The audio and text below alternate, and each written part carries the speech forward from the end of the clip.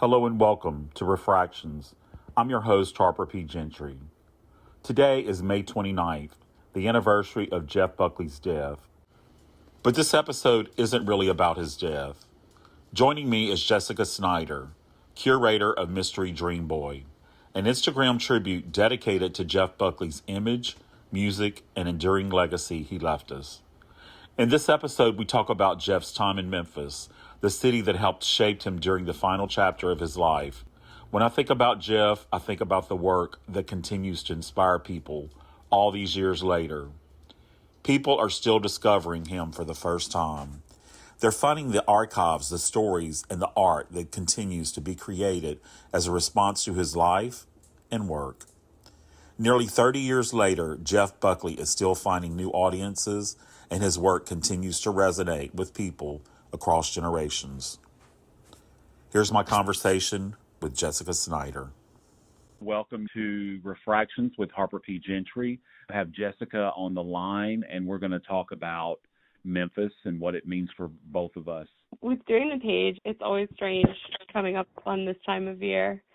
I think this is the perfect time to record an episode about Memphis and Jeff's time there because it was really short. I'm definitely looking forward to it. I'm going to give you some prompts here. Sure. I did a general search, and I know what Memphis means to me, but I wanted to find out what Jeff found in Memphis. Some of the key highlights was the birthplace of the blues, soul, and early rock and roll. Beale Street is one of America's most historic streets. Stack Records and the Memphis Sound, Sun Studios, gospel music deeply woven into the city's culture, the Mississippi River atmosphere, which I still relate to this with New Orleans, human, reflective, musical, haunted, and a city where music still feels lived in instead of preserved.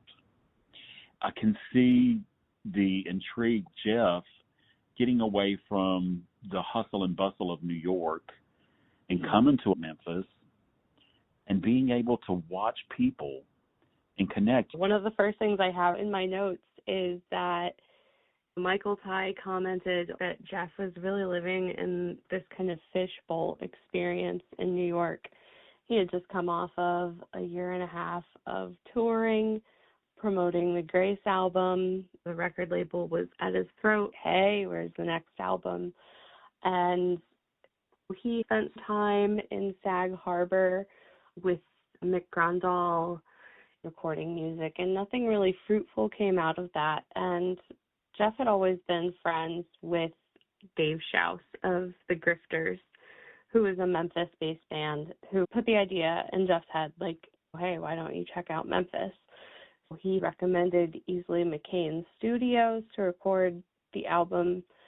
And I think that it sparks the curiosity for Jeff to see what he would find there. And as we go through this, we'll see how he adapted to that life. It is much slower pace. I can speak from my experience of visiting there. I've grown up on the East Coast. I'm used to that endless hustle and bustle. But you get to Memphis and time just stopped. I wasn't used to that. And I could definitely see Jeff coming from this metropolitan hub like New York and hitting Memphis, realizing that if I slow down, there's a fruitful environment that I am able to work and write and create in. And I don't know if that's hindsight is 2020, looking back at his life and how it was ultimately winding down. There is something spiritual about being there for me, and he found that too. There was a lot of frustration with the sessions at Easley McCain, unfortunately. They had about 2 weeks with Tom Verlaine from the band Television, who Jeff wanted to produce My Sweetheart the Drunk. It wasn't as fruitful as he thought it would be. At this time, the band was Jeff and Mick and Michael, and Parker Kindred was playing drums. Matt Johnson left the band in 1996, about a year prior when they were in Australia touring. They had a new drummer on board, and they had about 2 weeks. They were putting in 12-hour days in the studio, and when it all came down, Jeff was very frustrated. You read that he was pacing the room when they would listen to the tapes back. he broke down when Steve Berkowitz came down from New York City to listen to what they accomplished in those 2 weeks. He just cried and said, I don't think that this is what I envisioned with Verlaine at the helm. The band goes back to New York. Jeff takes the time and he's woodshedding. He's playing at Barrister's, this tiny little dive bar on Jefferson Street in Memphis, located under a parking garage at the house. It's basically him and a couch and a mattress and a milk crate with his 4-track that he can record. Towards the end of everything, he starts to record all these demos. He's super excited for the band to come back. They decide to bring Andy Wallace in, who had produced Grace after Verlaine didn't work out. And you see this excitement in him to put this on tape again. He had evolved as an artist, which there's no doubt about that. But I'm sure the involvement into being where he was, trying to not recreate the New York thing, Tom Verlaine was such a part of. Oh, yeah, definitely. Jeff didn't lose that critical aspect of his music. It wasn't like they got back in the studio and were recording these songs. He was picking these songs apart, doing the same thing that he was when they were recording Grace, recording, overdubbing, and Jeff was still his perfectionist self, reworking all of these songs. And it's like when they heard like the first take of Nightmares by the Sea, and he wasn't happy with it. And even once they got Everybody Here Wants You, it's this soul power ballad. Jeff hears it and he's underwhelmed with it. And of course, we hear this beautiful song. Well, the more I study is that each performance, each moment, Jeff Buckley was in. It wasn't rehearsed. It wasn't canned. It was all fresh. That had to be some frustration too, why it felt so stale. Do you think the city allowed him to do that more with music in a human way?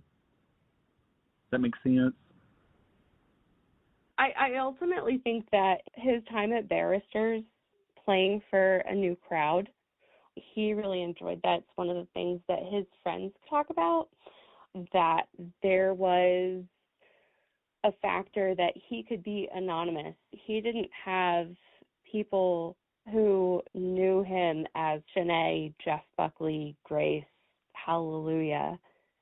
And he had that chance to build off of that. Being in Memphis, he had a chance to relax. He enjoyed going to the zoo. He would hang out with his friend Andrea at Shangri-La Records. They would go to Al Green's church together for Sunday services. And I think that he had more of a human experience outside of that lens of People Magazine's 50 Most Beautiful People, and outside of the tabloids who had gotten a hold of him being out in New York with Courtney Love. And I think that really got to him, as it would anybody. And Memphis allowed him to be human again and to rediscover himself.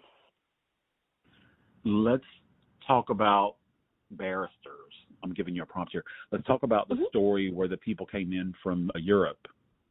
Oh, yes. He did have fans from Europe who came over to America to see Jeff perform because it had been a while. He wasn't really used to that. There was a blog that I was reading that talked about Joan's response, just saying that for about an hour and a half, he would be woodshedding and playing new material. She's like, this new material that they're hearing is really dense. It's really heavy. It's not the songs that they were accustomed to on Grace. But she said that he was so kind, and he did take the time to ask, all right, what do you want to hear? And he would play a couple songs off of Grace, and he was singing a lot of Nina Simone, Wild as the Wind. So it's really interesting. I actually had the chance to talk to a fan who lives in Memphis when I was there, and she had the opportunity to see him perform at Barristers twice, once with friends and once by herself, and just was still this amazing musician, still just, he was on.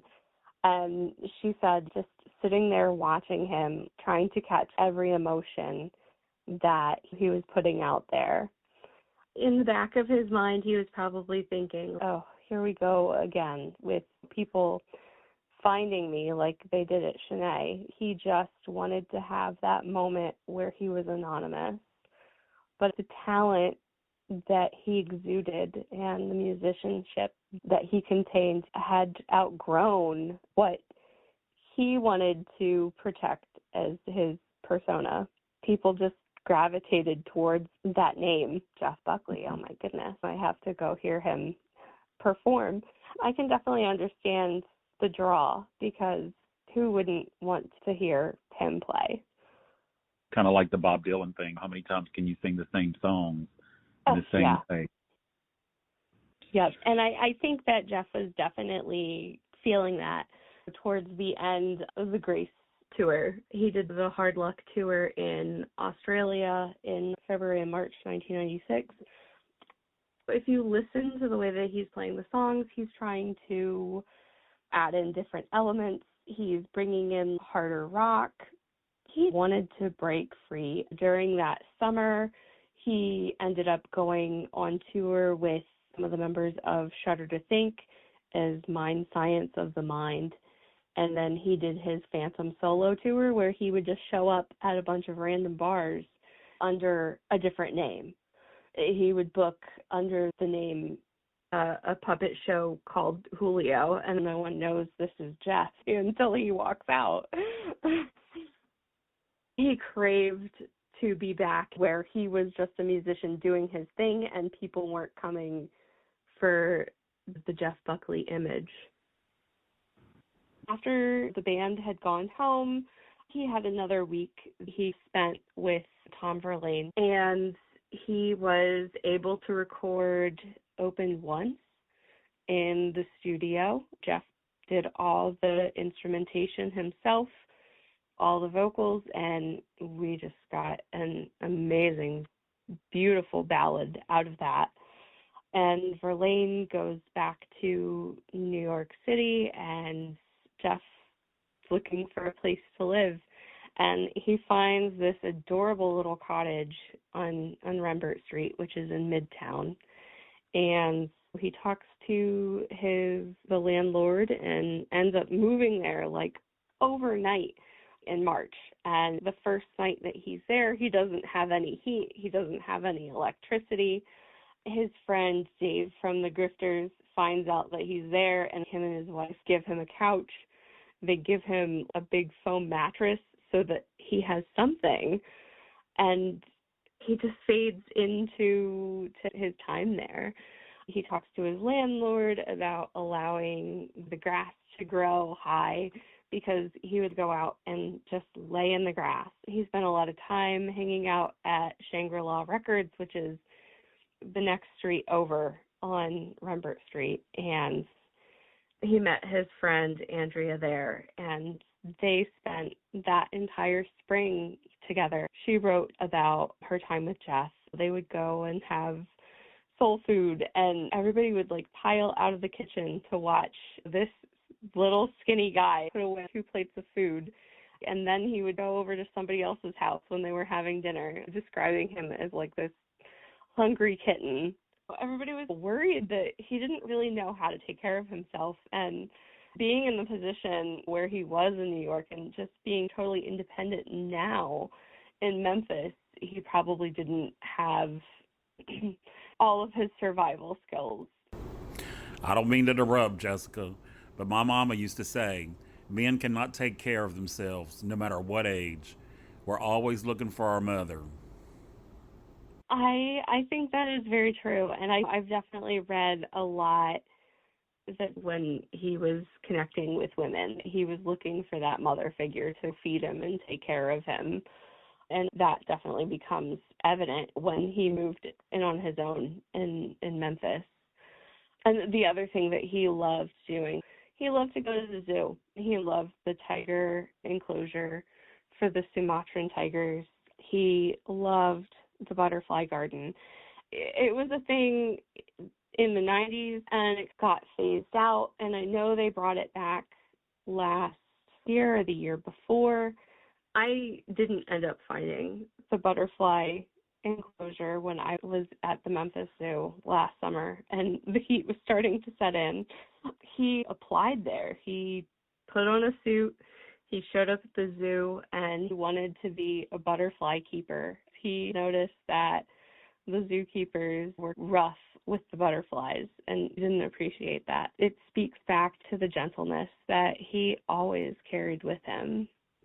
So after he moved to Memphis, there's something about him quitting drinking and smoking and becoming healthy. Yeah, he had always battled with smoking.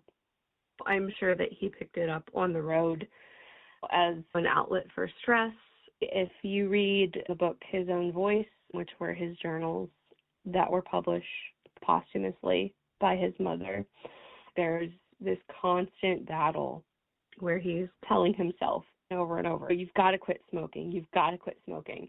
And you'll hear him even bring it up in interviews. I have friends that are able to quit, and once he got out of New York, he could quiet his mind and put it aside.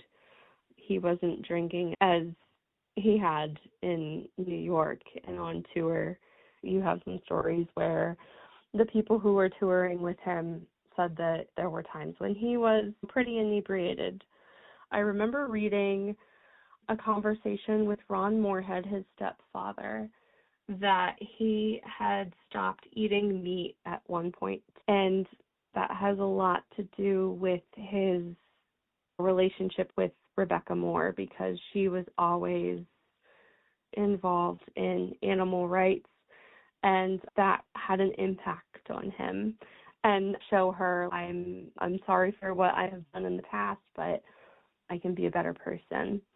The other thing was he stopped dyeing his hair black and growing his hair long and having this image to counteract stories about how beautiful he was. After People magazine put him on their list, that shocked him into this state of, oh, well, you know, I've got to look like this grungy rocker guy and maybe they'll get off this kick.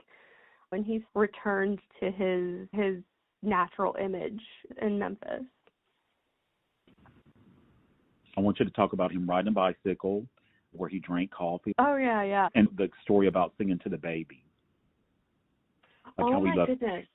Yes, I do remember the story of him singing to the baby. That was one of his friends that he met in Memphis. This was another experience where he's like babbling along with the baby and singing to her and everything.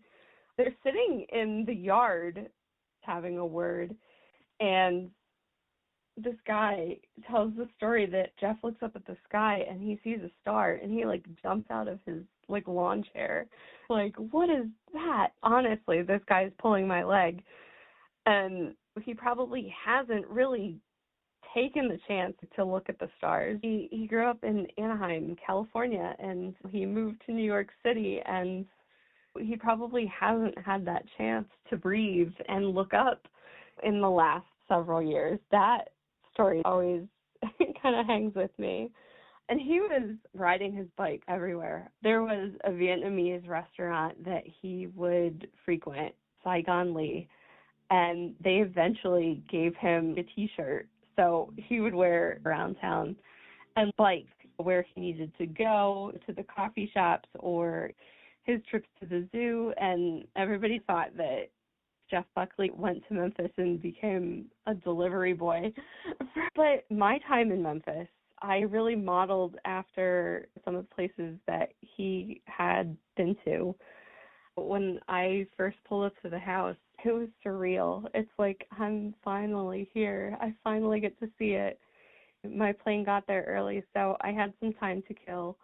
I had some grocery shopping to do and just getting ready. I ended up at Shangri-La Records, and it was funny because I didn't purchase any records because I was traveling by plane, thinking, oh, these are going to be shattered by the time that I get back.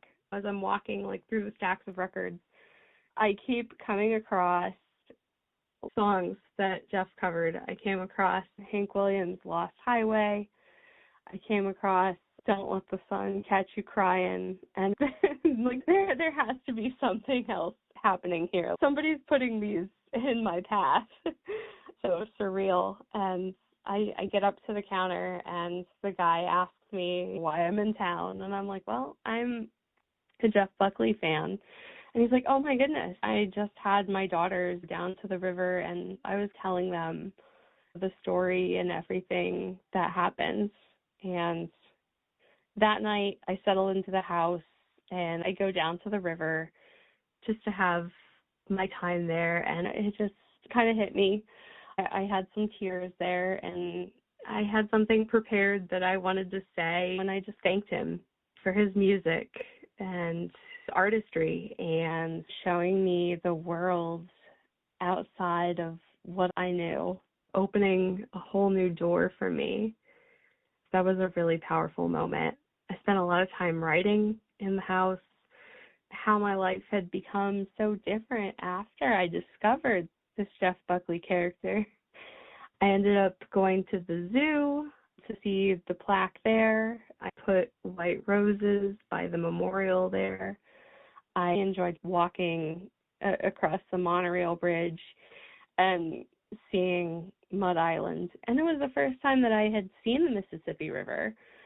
So that was really exciting to discover myself and to discover Jeff in a way that I didn't get from reading the books and reading the blogs and seeing the posts and the photos on Instagram. It put me in his shoes. Live close to the Mississippi in New Orleans. Mm-hmm. It's everything you're saying. It's healing. It's spiritual. It's history. It's rebirthing. Maybe things happened the way that they were supposed to happen. Maybe he was okay with what came next. And somehow he's still hanging around, giving us all a little bit of guidance to unlock that artist within us. In New Orleans, I'm smiling because there's a brass band here, the Rebirth Brass Band. Oh my goodness. In New Orleans, we celebrate death. Yes. We have second lines. I guess, you know, we have like you're saying, we have a different view of death. Yes. And maybe he's still, hearing you talk, creating without being on the earth. All of the musical artists that I have had contact with since I started putting my page together for Jeff, all of the visual artists that I've had conversations with, his inspiration is still living strong. People look at him and they want to paint his portrait. They want to produce visual art that honors him. And you have musical artists who hear his work and want to produce something that honors him. And you're a writer. I enjoy writing. I've always journaled. I'm a hobby photographer, and my time there, I could just put in my AirPods and get lost in listening to Jeff and get lost behind the lens of my camera and just find myself in a way. I think that he definitely lives on in that way. There's still an infinite echo of Jeff through people's artwork. My God, look at the documentary, the books. Yes. There's so much photography around it. Mary Sear, and the guy that's in the Jeff Buckley tribute, he's amazing. Oh my goodness, yes, Tony. I haven't had the chance to see one of his shows because he captures the image and sounds just like Jeff. So we got a good episode here. I think so too. And so what I'm thinking is, do we need to do the death? Or do we want to keep the art that came out of it? Oh, yeah. Yeah, definitely. The only thing that I would really say about his passing is that I I hate to have fallen into conspiracy theory realm. I understand people's questioning what happened and what went down that night because that's part of the grieving process, that's part of being human. The biggest thing that I can say is that the Wolf River looks very placid. It looks very calm when you're there. It looks like you could swim across and reach Mud Island, but it is not. It was designed by the Army Corps of Engineers to take in the slack water from the Mississippi, and in doing so has a placid appearance. But as these boats move through, there are a lot of whirlpools and a lot of very powerful currents. I understand that people want to question, was there foul play involved? Did somebody hurt him? Was someone jealous of him that they hurt him? No. Jeff was impulsive. He swam in the river prior to that night. He told Steve Berkowitz from Sony Columbia that he swam in the Wolf River. And he told him, Jeff, that water is dirty. Don't go in there. But, you know, it gets hot. That's the first thing that I noticed was that southern heat when I got there. And I just wanted to jump in a fountain at one point to cool off. I thought about Jeff climbing those stacks of towers to get a better view of Zeppelin. And I think of Jeff standing on the bank of the river and just being like, you know, man, it's hot out here. I'm going for a swim. And no doubt in my mind that is what happened. And unfortunately, he just didn't know how powerful and how dangerous the river is.